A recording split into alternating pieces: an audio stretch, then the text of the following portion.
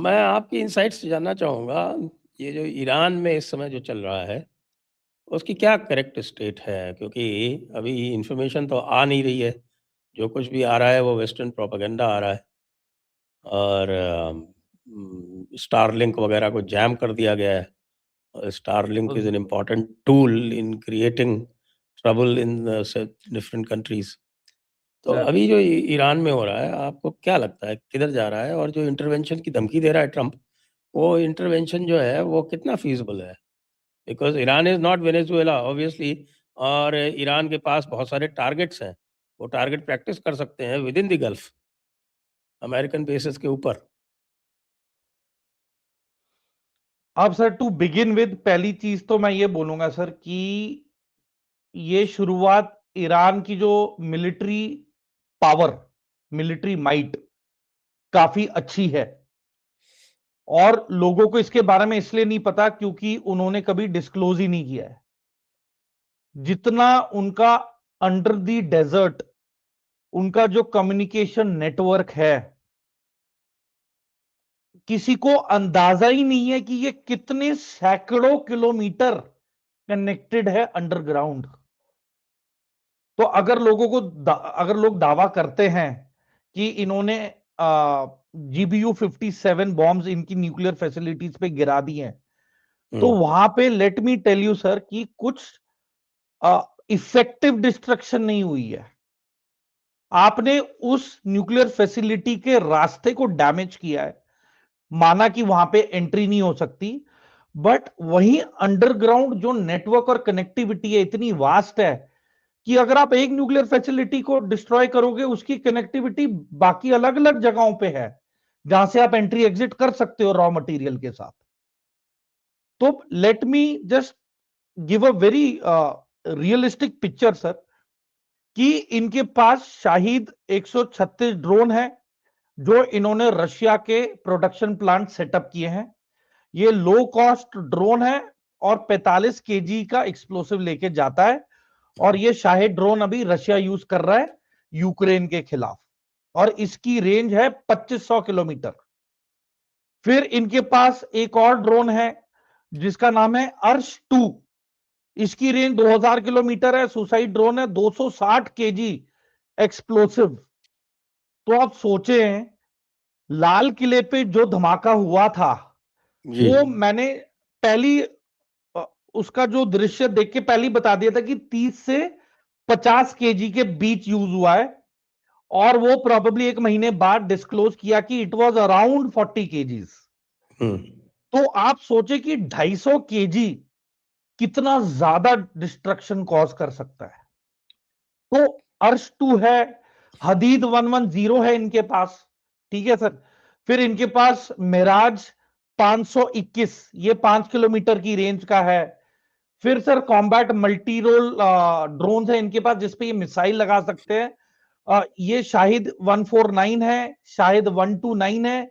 इनके साइज अलग है, ये अलग से मिसाइल ले जा सकते हैं अपने साथ। और जो शाहिद सीरीज है ना सर, शाहिद, ये प्रेडिटर ड्रोन की रिवर्स इंजीनियरिंग के साथ बनाया गया है। ओके। तो मैं ये इतना, और एक मुहाजिर करके है जिसकी रेंज 200 किलोमीटर है, ठीक है सर। उसके बाद इनके पास 3 टाइप के रिकॉनेसेंस ड्रोन हैं, वो है अबाबील, और फिर यासिर, और हदहोड। तो ये 3 टाइप के इनके पास सिर्फ सर्वेलेंस है, बाकी 90% इनके पास सुसाइड ड्रोन है। तो मैं इतना कहना चाह रहा हूं सर कि जो अमेरिकन फोर्सेस अगर प्लानिंग करेंगी, तो मैं आपको इतिहास में ले जाना चाहता हूं जब इन्होंने ऑपरेशन ईगल क्लॉ को अंजाम दिया था 24 अप्रैल 1981 में। हुँ। तो 1981 या एंड ऑफ 1979। 1979, क्योंकि वो जिमी कार्टर हाँ का टाइम था। हाँ। हाँ, तो जिमी कार्टर के टाइम ये 24 अप्रैल को हुआ था ये ऑपरेशन, जिसमें कि 8 इन्होंने स्टैलियन हेलीकॉप्टर्स जो बेल के हैं, वो इन्होंने यूज किए थे।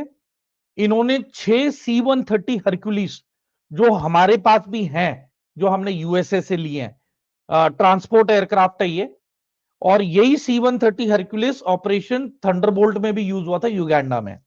तो it is a long range aircraft transport. और सर ये इन्होंने लैंड किया एक साउथ ऑफ तेहरान में।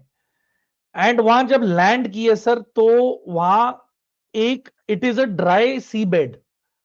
वहां पे सर ये एक कच्ची सड़क के बीच में वहां से ट्रैफिक आया, टूरिस्ट आए, इनका ऑपरेशन बद से बदतर हुआ, डिस्क्लोज हो गया। बेसिकली इन्होंने बंदी बनाए, बस में 15-20 लोगों को बंदी बनाना पड़ा। एक फ्यूल ट्रक था, उस पे इन्होंने फायर किया, उसे आग लग गई, वो 3-4 घंटे में उसकी आग बुझी। तब तक उसका ड्राइवर उसके पीछे आती हुई गाड़ी में बैठा और वो भाग गया। और वो जो सबसे नजदीकी टाउन थी वो कम से कम 150 से मतलब 200-250 किलोमीटर दूर। तो उन्हें पता था अमेरिकन को कि टाइम लिमिटेड है, क्योंकि वो रात को आए थे 23 अप्रैल को रात को आए थे ये, और इन्हें पता था कि दे हैव टाइम। उसके बाद सर ये जो हेलीकॉप्टर जो लैंड किए, ये आए थे एक डस्ट स्टॉर्म से। उससे इनके हेलीकॉप्टर्स में इलेक्ट्रॉनिक्स और मैकेनिकल मैल फंक्शन हो गया, और फिर एक ह्यूमन एरर हुआ जब एक हेलीकॉप्टर टेक ऑफ करने वाला था ऑपरेशन को अंजाम देने के लिए तेहरान की तरफ। वो एक खड़े C-130 में ही क्रैश कर गया, जिसमें कि 8 अमरीकी जल के मर गए। और बाकी डेल्टा फोर्स वाले वहां से बाहर निकले, और उनके जनरल ने बोला कि सर शुरू होने से पहले ही हमारे 8 बंदे खत्म हो गए हैं।